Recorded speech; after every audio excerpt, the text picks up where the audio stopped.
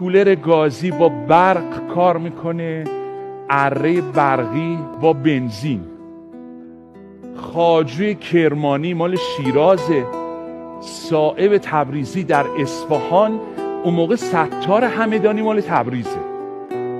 7 تیر 6 تا گلوله داره، 1000 پا 60 تا پا، تازه 3 تفنگدار هم 4 نفر بودن.